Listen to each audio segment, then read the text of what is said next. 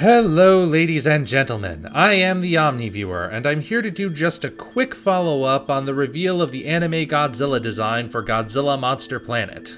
When I did the video on it, I admit I was kind of non-committal as to what my feelings were on it. Part of that is because I had literally just learned about it right before recording it, and thus didn't really have much time to process my thoughts fully. Having had that time, I can now get to the second reason for my ambivalence.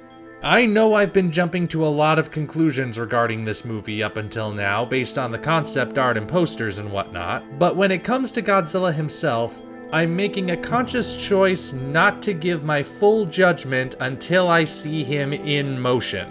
And this choice is based on a lesson taught to me by the God of Thunder. Perhaps that requires an explanation. Do you remember way back in 2010 when we got our first glimpse of Marvel's Thor? That first glimpse came from the promotional stills. I remember that time. Everyone who saw those pictures thought the costumes looked like garbage. They had a cheap, stiff, plasticky look to them that didn't jive with the idea of Viking armor, or even space armor for that matter. It just didn't look like the kind of costume that belonged in a big budget movie.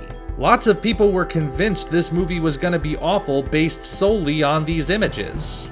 Then we got the first trailer, and we saw the costumes in motion, with the proper lighting and the proper context, and having the actors performing in them. And that's when we all collectively realized, oh, it's not the costumes that are bad, it's the photography.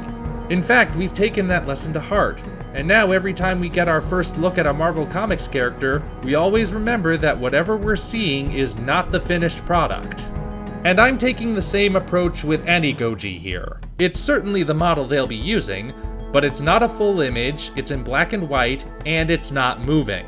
And really, because it's an animated movie, it's the motion that'll make or break this portrayal. A lot of people are concerned because the company animating this is Polygon Pictures, the studio most people will know for the anime series Ajin and Knights of Sidonia on Netflix. And I completely understand that concern because Polygon's signature visual style is, let us be polite and say it's an acquired taste.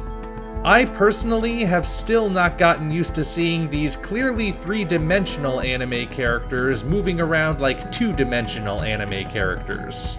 Even with the big stuff, it tends to feel more weightless and weird. Now, granted, these two shows were produced for Netflix, which means they didn't really have very big budgets. Monster Planet, however, is being produced by Toho, one of the biggest Japanese studios, if not the biggest. I want to believe that could make all the difference, but I'm going to need a little proof of it first. Like I said, one problem with Polygon anime is that characters and mechs and monsters tend to feel weightless from time to time. And AniGoji is allegedly going to be the biggest Godzilla so far, bigger even than Shin Godzilla. We don't know how big yet, but still, he's gonna be big. So if this really large, really heavy looking kaiju is floating around like a leaf on the breeze, well, then I think we're gonna have a problem. And of course that's just one possibility of how this particular design could go horribly wrong. I suppose we'll have to wait and see when we finally get the trailer. Still no word on when that's happening though. Anyway, just wanted to quickly clarify all of that. Until such time as we meet again, this is the Omni Viewer, signing off.